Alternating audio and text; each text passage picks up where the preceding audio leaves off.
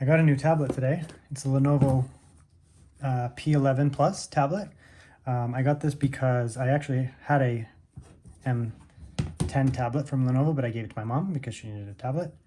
And then I had a Chromebook Duet, which was great, but I do a lot of offline stuff. And so even though that is a superb kind of tablet slash laptop kind of thing, it wasn't exactly what I needed, so I decided to get this. The body of this is essentially identical to the Chromebook Duet, so it's essentially the exact same chassis. So if you have the Chromebook Duet, this is going to be basically the same. I believe there is more speaker output on this, but otherwise the body is going to be pretty much identical. So I did quite enjoy the form factor of the Chromebook Duet, but it just wasn't exactly what I needed. This was a really good price. So this one here comes in a few different options. First of all, there's the P11, just a standard one, and then there's the P11 Plus. There's also a Pro, but you can't get the Pro in Canada, at least I've never seen it, and I looked on even the Lenovo website, and it's not available in Canada. The regular P11 has a Snapdragon 662 processor, which is a really good processor.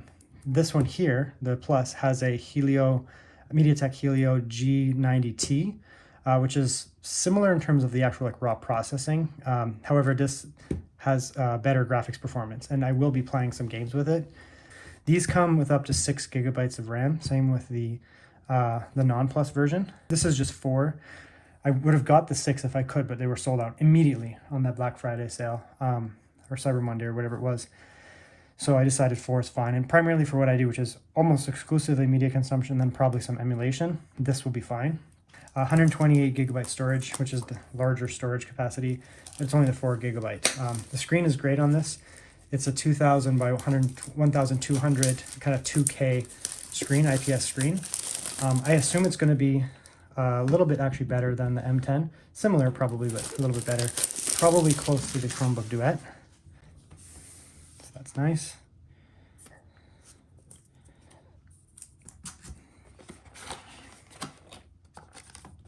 So that's for the, must be for the SD card. This has an SD slot, so we will be putting an SD card in there. Probably not a huge one. I'll just have like a 32 or 64 gigabyte card lying around somewhere. I'll just throw that in. Primarily just to throw games on for when I test emulation. So I'll do that later in the second part of the video. This is the exact same charger as the Chromebook. Unless there's some hidden spec, it's identical. So that's good. It's actually a good charger. And it's USB-C to USB-A. So you can charge, this takes USB-C to charge. There's nothing in there, so worry about that after. So here's the tablet itself. It is bigger right off the bat than the M10, which makes sense because the M10 is a 10-inch. This is an 11-inch. So it is slightly bigger even with the case. It is slightly different. The Chromebook Duet was a lighter blue. I can tell you that much. This is a dark, this is a really nice kind of metallic blue color. It probably won't come on camera very nice, but yeah, it looks gray on the camera. It is not gray. It's like that. Yeah, there you go. That's kind of the blue that it is. It's actually quite nice. Almost a tint of purple. This is gray, kind of a almost rubberized texture. This is metal. This is nice. All metal chassis, kind of sharp edges. The dual on each side, so it has 4 speakers giving you stereo sound, 2 per side. You can attach the keyboard there. I believe it takes the exact same keyboard, the Lenovo keyboard that works with the Duet. You have these magnetizes in, clicks, and it gives you automatic connection. I could have got the bundle with the actual tablet, where it came with the tablet, I guess it's the Lenovo Active Pen, and the keyboard. And it was only $100 more to get the keyboard and the pen, but I never used them, to be honest. I have a laptop now that has a pen, and it's very, very great in terms of input in that. I suspect that the processor on this and everything would be fine if you wanted to use the Lenovo pen with this. And the keyboard actually was quite good. I did enjoy the keyboard for the size of it and everything. It's actually better than a lot of those Logitech ones. So, consider the keyboard. If you go back and watch my Lenovo Duet, Chromebook Duet, it is that keyboard that would work with this, and you'd be using the same pen. So there we go. It never shows up as well on camera, even though the iPhone camera is pretty good. But this is a very crisp screen. I mean, it's a 2K screen, so the resolution is quite nice. Being that the resolution is 2000 by 1200, so it does actually have higher pixel density than even the M10, which is the other one over there. This is quite nice, actually. The colors are very vibrant. All their Android devices are very close to being stock. Even the M10, which was over there and comes with the Alexa dock, it's not invasive. You actually have to activate the Alexa settings and all that, so it doesn't come with those all like set up. You can just not turn them on if you don't want to use the dock and have all Alexa listening and all your stuff, so you have that option there. Okay, so I actually connected to my Wi-Fi. I had to go grab the password, and it asked me to update. So it actually started updating automatically to Android 11 user experience. We'll worry about that later. So it automatically updated to Android 11. Let's see here. I think it actually did the update. Yeah. So it actually updated to Android 11 on its own. So I believe it comes with 10 on this one here, which is fine. So it, I don't know, took a few minutes, I guess. So that's good. Storage. Okay, so looks like it comes stock with, I put an SD card into while I was downstairs. So I put in a 32 gig just for now, because I'm going to use that just to put emulators and ROMs on so I can test them. But looks like in terms of internal storage, at least after the update, I don't have anything else installed, 11.55 gigabytes. So this is the 128 ROM or 128 gigabyte internal storage unit. So it looks like if you take the 64 model, you're going to be using up about a fifth or so of the internal storage right off the bat. Just because it seems to have really good bass. So let's just test this out, primarily for the sound. So if you have headphones in and you know, you're averse to loud sounds, you might want to turn them off, because this could be also bad sound. Let's see here. So I'm actually going to crank it. So that's a little over half, move all the way. It's actually very loud for a tablet specifically. Good bass.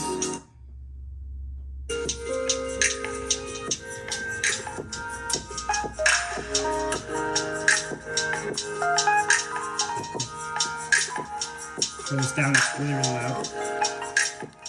Okay, so it's very loud. The colors look excellent on this. So the Pro model comes with an OLED screen. This is just an LCD, but having that fine resolution and just Lenovo tablets just have really good colors, I find. This looks beautiful. It's not going to show up nearly as good, obviously, on phone. It's recording it, but to me it looks beautiful. The sound is superb. That quad speaker setup is a dramatic improvement over the M10. The M10 was a good tablet overall, but kind of a good budget tablet. It gets obliterated by this in terms of sound quality. I'm going to turn it up again, so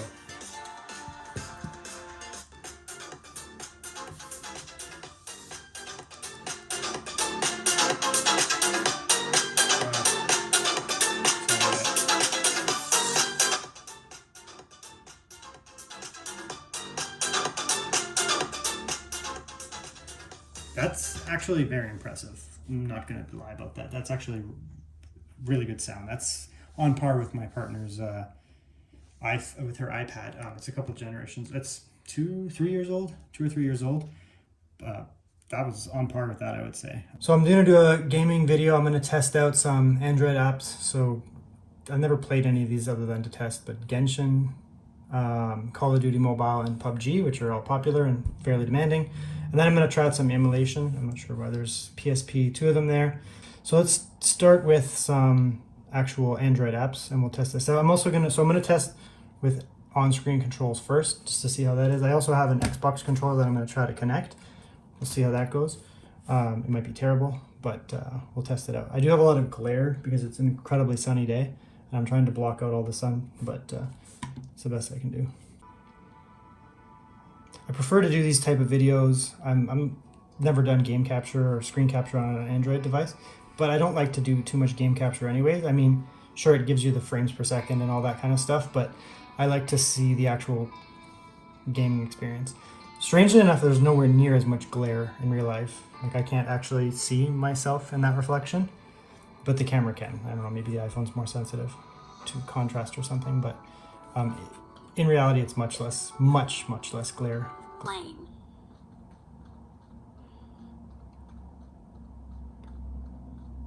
Okay, so what I'm actually going to do, I guess, maybe while this does whatever, is I'll check the settings here. So remember this from my other tablet video. Let's see how high I can go. Coming soon. Okay, so I guess this device doesn't support Ultra HD yet, or HDR, but it does HD, apparently. I don't know if that's a future thing. It says will be available on your device soon, so maybe the game doesn't support it. We'll just leave graphics or frame rate at high. Is there anything else I can do here? Anti-aliasing, I'll just, man, there's really nothing you can do here. Okay, normal. Okay, and I won't auto-enable the graphics. It's running buttery smooth though, so I don't suspect it's going to have any issues. Is this the max speed you can run? What's that do? No idea.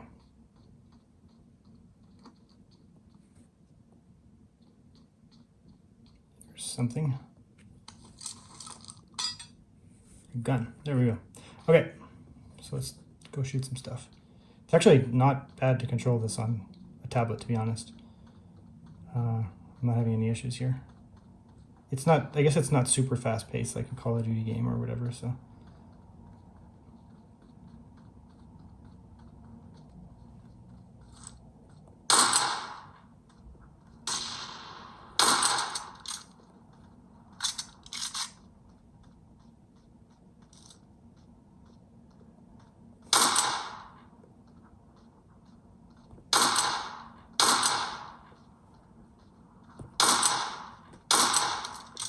Okay, well, I have no idea what I'm doing.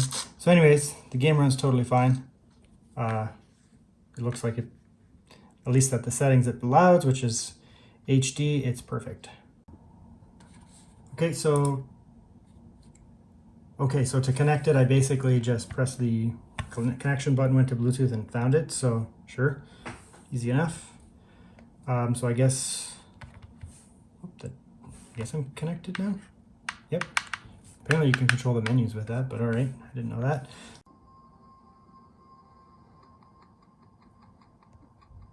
Advanced. Okay, so we'll go to graphics. Okay, so we're gonna set the graphics max for now. We'll set the frame rate to max for now, just to kind of see how it looks. Anti-aliasing is on. I guess these things are all on. Sure, okay, so. Okay. So everything's basically max right now. That one doesn't seem... Oh, so we'll do highest graphics quality first, and we'll just leave very high frame rate. Much.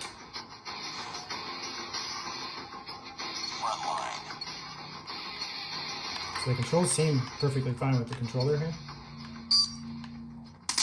Oh wow, this is basically playing exactly like a... how do you run? A? Oh, okay.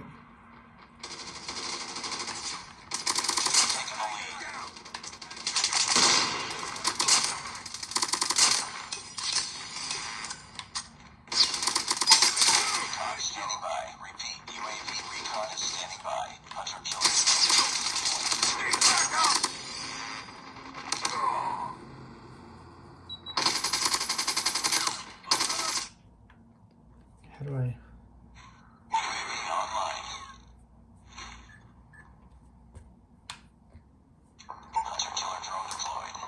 There we go, I did some stuff.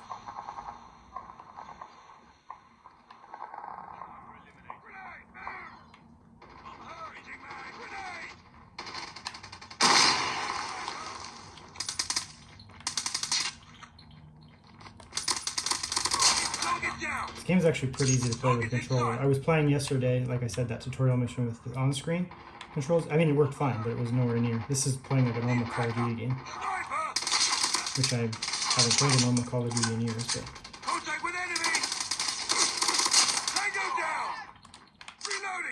The buttons seem to map, I think, the same from what I remember. At least it plays the same as like Halo or whatever.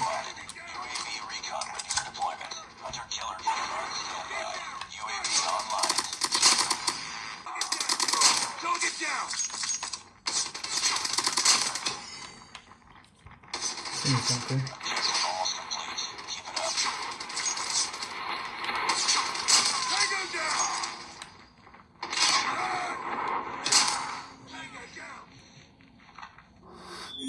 Alright, well, I think I had almost all those kills.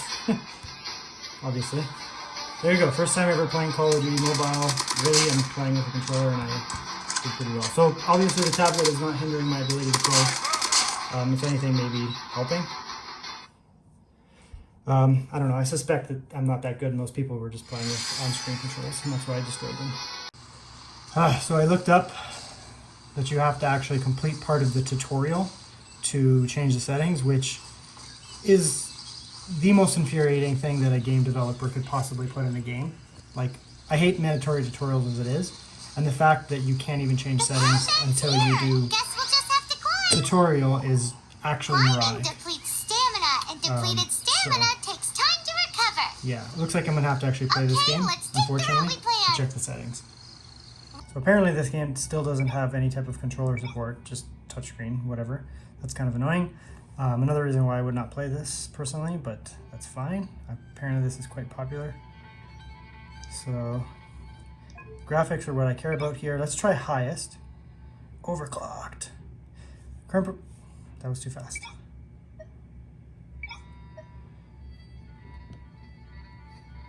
Apparently it's too high.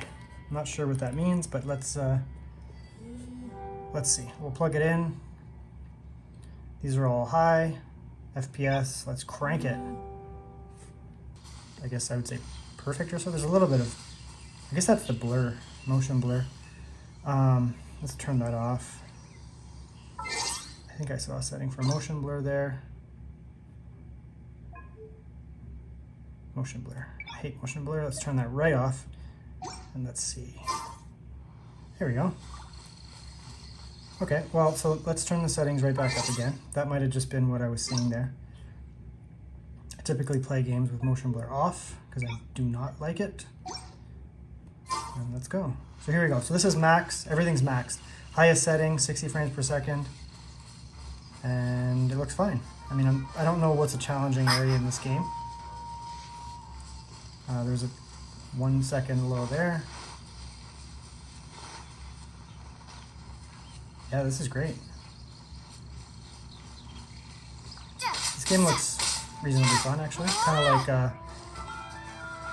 Legend of Mana, or Secret of Mana remakes. Secret of Mana 2, I guess it would be.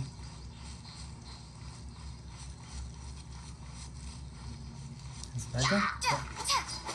So every now and then there's a single, like, drop frame or something. Ooh. But generally speaking, it plays really well, I would say. I guess these guys were hard.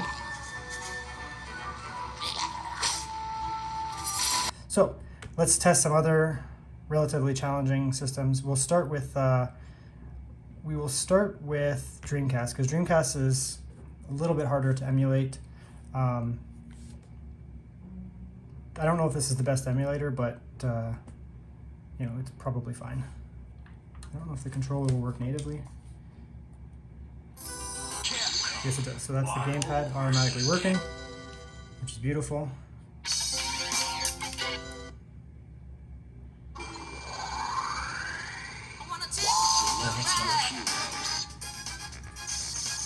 Okay, so we'll just pick the easiest players. I mean, this is a 2D game, it should be totally fine, but you never know. The M10 tablet that I had struggled a bit with this. The Chromebook Duet was actually fine for this game. I have not played Street Fighter in a long time. Okay. Oh, let's see, Resident Evil character, I guess.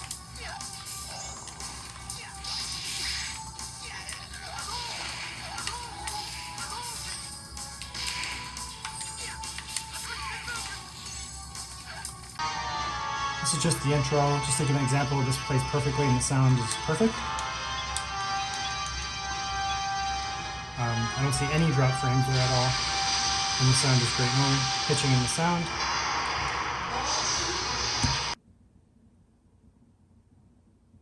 Let's turn that off. Let's turn that on. Turn VSync on.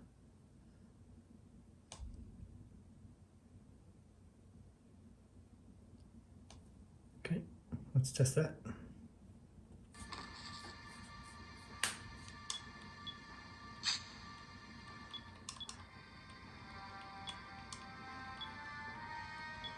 Let's go.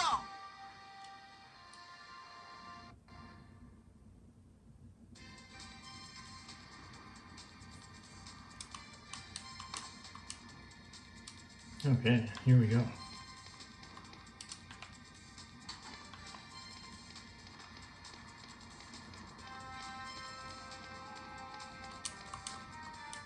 So,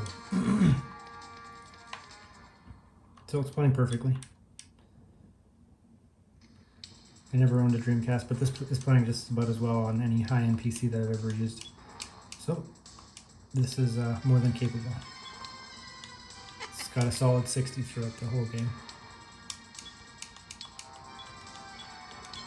Dispose of them.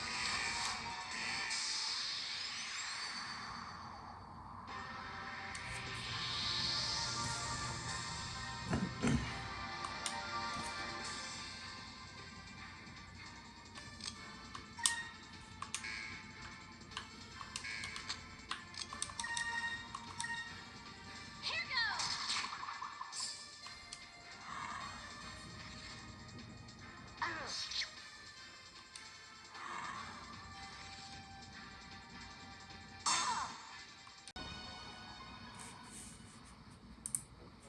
Okay, so here we are in the game after that horrendously long, unskippable cutscene. This is also a cutscene, but at least it's in engine, so. Remember the frames are up there. Okay, I really wish I could get the controls working, but we'll play with the on screen for now. It's more about the performance, not about how good this emulator is.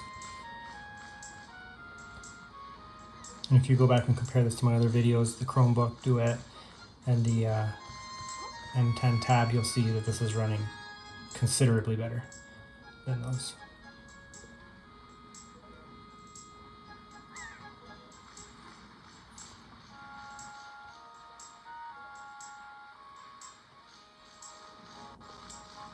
Okay, this is not an easy game to play with a on-screen control, but we'll be fine. Yep, as you can see, drinking water.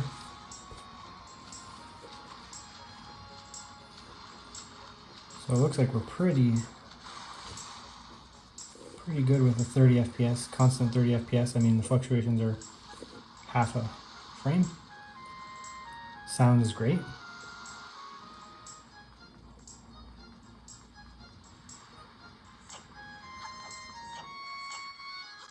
So far this is considerably better than the other tablets I've tested.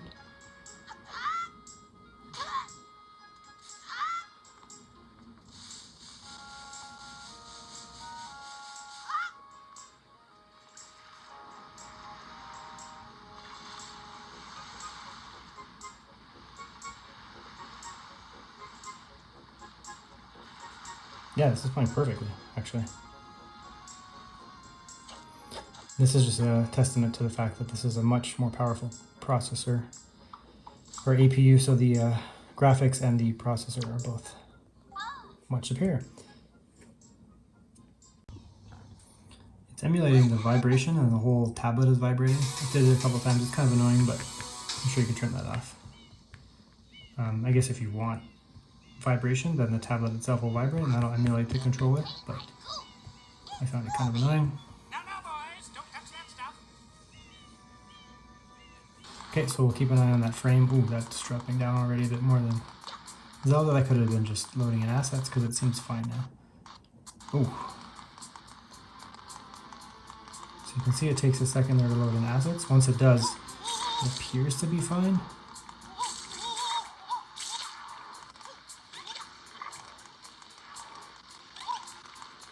Yeah, that was just a momentary hitch, probably just loading in the textures and assets and that, and now it seems to be fine.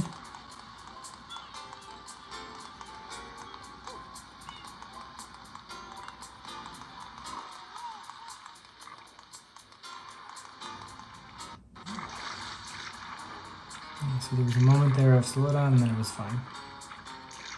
So it must have something to do with just loading in assets. Now this is a 4 gigabyte tablet. There's a 6 gigabyte. I don't suspect that it's using all, that that's actually like a memory issue. I suspect it's just either a data access issue or just probably an emulation thing, to be honest, because the actual frames are fine here. The only time it slows down is when it loads in things, which could be something to do with the emulator or just the way it works on Android. But the tablet seems to be able to keep up. We're at 30 FPS static.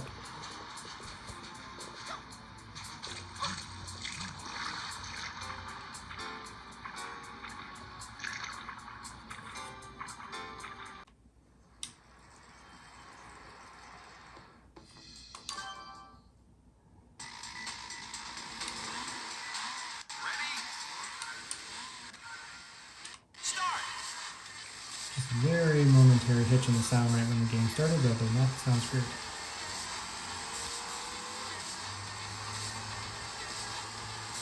Analog seems really tight. This is a really well developed and supported emulator, so you know I don't suspect there would be any issues with the actual emulator itself. The controller support is really tight too. Feels nice. It's been a very long time since I played Gran Turismo, so.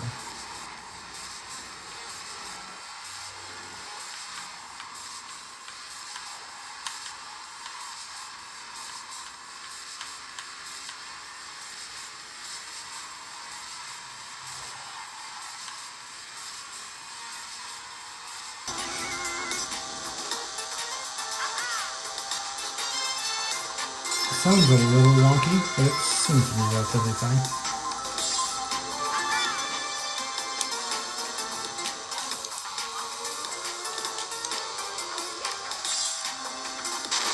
Okay, there we go.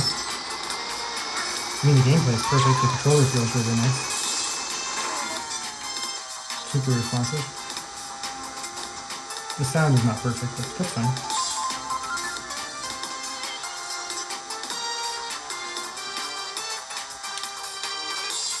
Okay, let's just try a different game. Save it for later in case I feel like coming back.